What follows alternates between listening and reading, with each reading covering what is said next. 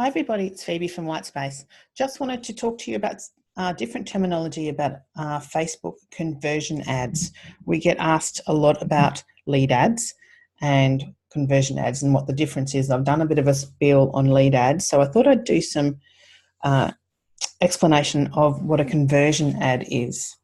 So a conversion ad is basically sending traffic from an ad in your Facebook account to a landing page. Now that landing page can be something you've specifically designed to be responsive and supportive of the ad, or it can be just a website page. We tend to recommend that you go to a landing page from an ad that's been specifically designed to be consistent with the ad. But these things require testing, generally speaking. When you get them to your landing page or your website from your ad, generally you want them to do something specific. There's one thing that you want them to actually do.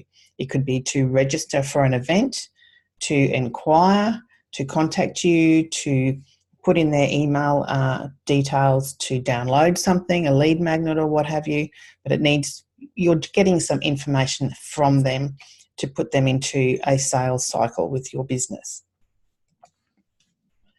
When they get to the landing page from your ad or the website from your ad, and you do want them to do something, you're going to have to compel them to fill in a form manually. This is the difference between a conversion ad and a lead ad, where the lead ad is automatically populated through Facebook. This is different because they actually have to type in their details themselves. So it requires some commitment. You need to make this as easy as possible for them so that their experience is pretty clean and simple. The thing about landing pages and conversion ads is that you are able to have an excellent customer tracking journey, so you can see where people drop off the perch, as it were. When you've got a properly set up conversion ad campaign, it should go to a landing page, and you should have a thank you page after the landing page, so that you can see if people have filled out their form and that they've gone to a thank you page. You should be able to have Facebook pixels on the landing page and on the thank you page, different ones, different events, so that when you go into your ad account and you're reporting, you can see how many people have landed on the landing page and then how many people have gone through to the thank you page. And that will tell you how many people have actually done the registration, made the inquiry, wanted to contact you. And you can see that there are certain benchmarks, and if those benchmarks aren't being met, you can go, okay, we need to change something on the lander, we need to change something on the ad, we're not getting them to the lander enough. That allows you to identify these bottlenecks. So depending on what your offer is and what your price point is, there are some, some basic percentages and benchmarks. So like a landing page should essentially convert at 4%, but it depends on what the offer is and what the product is.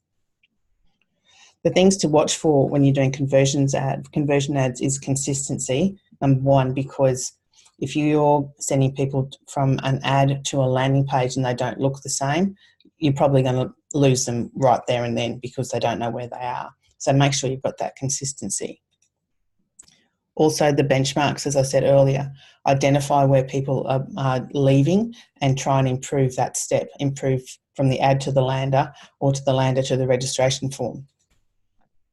And tracking. Keep an eye on your tracking so that you've got it all set up properly in your ad account so you can very quickly see where people are moving through your funnel.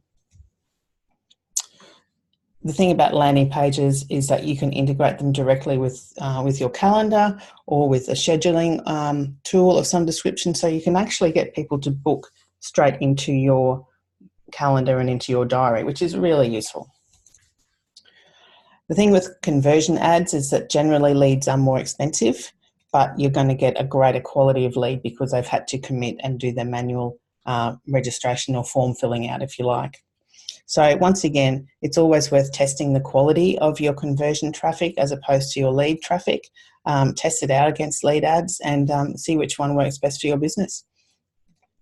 Any other questions, don't hesitate to get in touch. It's Phoebe from Whitespace Marketing.